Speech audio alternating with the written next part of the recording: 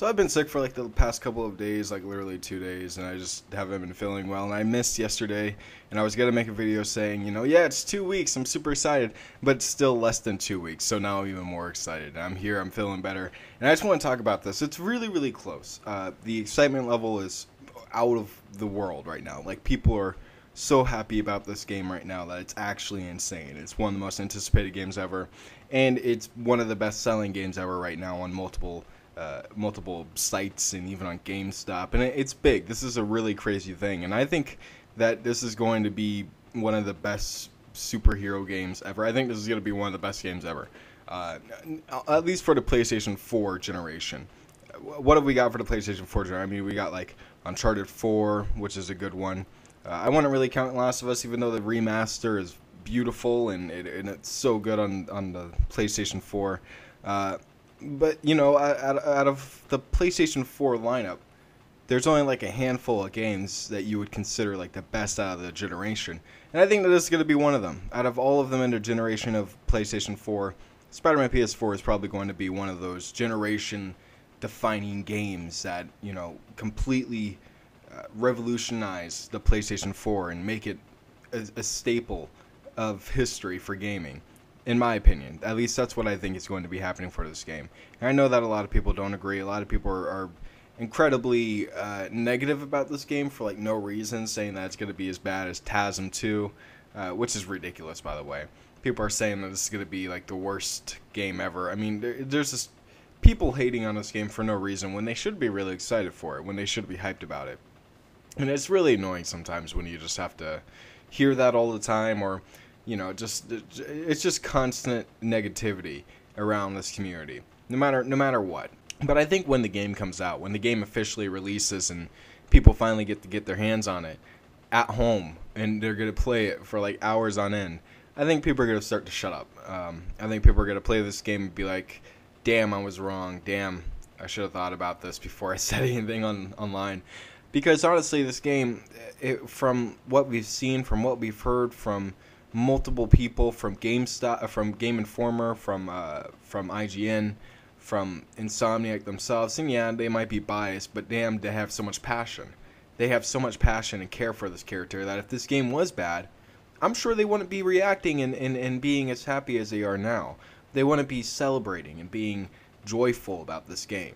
Especially if they know the character so well and they love the character so well. I doubt that they would let pass something mediocre, something bad. And altogether, this game is just going to be such a thrill when it comes out. I think that a lot of people are going to love this game. A lot of people are going to be thrilled that this game is something new that we've gotten. And I think it's going to wake a lot of other businesses up, a lot of developers up too, about what they can do with superhero games that they enjoy, superheroes that they love.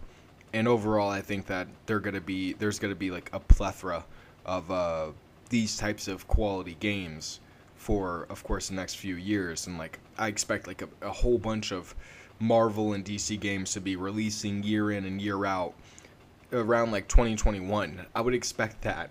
Like if this first game is amazing and then the second game gets announced, I would think that DC and even Marvel themselves, they're going to kick themselves in the rear and they're going to be like, "Hey, this is the possibility of superhero games. This is what can happen. This is what's possible." And I think they're just going to boot it up and they're just going to go with it. Whatever comes to mind. It's going to be a lot like the movies. And luckily unlike movies and video games, although movies take a long time to make, I think that video games taking a while to make, longer than movies. It takes like 2 to 3 years to finish a video game, a great video game. It could take like a year or two to finish a good movie. But compared to the time that movies are made, there's enough time right now for everybody to get on board. There's no, "Oh yeah, they were behind. Right now is the perfect time. You've had 3 great Batman games. You're about to have a great Spider-Man game that could spawn another trilogy of Spider-Man games that are equally as good. Kind of like the Arkham games. And if that happens, then, it doesn't really matter at that point. There's no one in the lead. There's no one far behind. Like the movies. Like the movies were for DC and Marvel. How Marvel was like, 11 movies in? When Man of Steel was was being made, or I guess it was technically like, I guess you could say like maybe like 4 or 5. I think they were on like the Avengers #1. But then it took them 4 years to make Batman v Superman, and then it's just like, whatever. So I think DC needs to learn from that and kind of get in the gear of making video games, so it's not like Batman v Superman, where it's like, oh, 4 years, great, good to know. You guys take 4 years to make one product. Good job. You know, it's just like, come on. Especially with Marvel doing what they're doing right now. Batman Arkham Knight arguably was not like the best performing game ever, I guess you could say. It wasn't. I had crashes. I had crashes. A lot of people had crashes. The PC port was unplayable, and I know there's no PC port here, and it's really optimized for, you know, the PS4. So it's a really good thing. I think that this, compared to Arkham Knight, that wasn't a defining game for anything. Spider-Man PS4 is going to be a defining game for the PS4. It's going to be a defining game for Spider-Man games as a whole. Kind of like how Arkham Asylum did for the Arkham games. Spider-Man's going to do for the Spider-Man games. It's going to completely change the quality and then the expectations of a Spider-Man game. People are going to expect a Spider-Man game to be like this now. There's not going to be any movie tie-ins anymore, at least from what I think. I doubt there's going to be any movie tie-ins. At least any crazy movie tie-ins that get such a budget as this, or the Amazing Spider-Man games. I think we're done with those movies and those games now. So if that's the case, and there's no movie tie-in, there's no other stuff like that, then we're going to have a future where we're going to be getting quality games, period.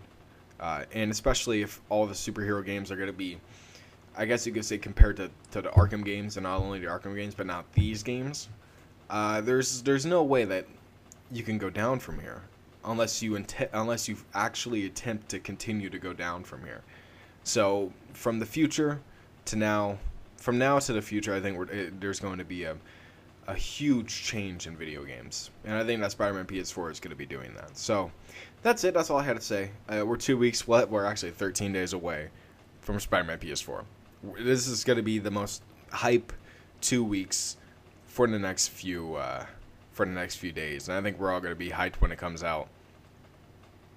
So thank you guys for watching. Don't forget to like, comment, subscribe for more videos in the future, and I'll see you guys later. Peace out.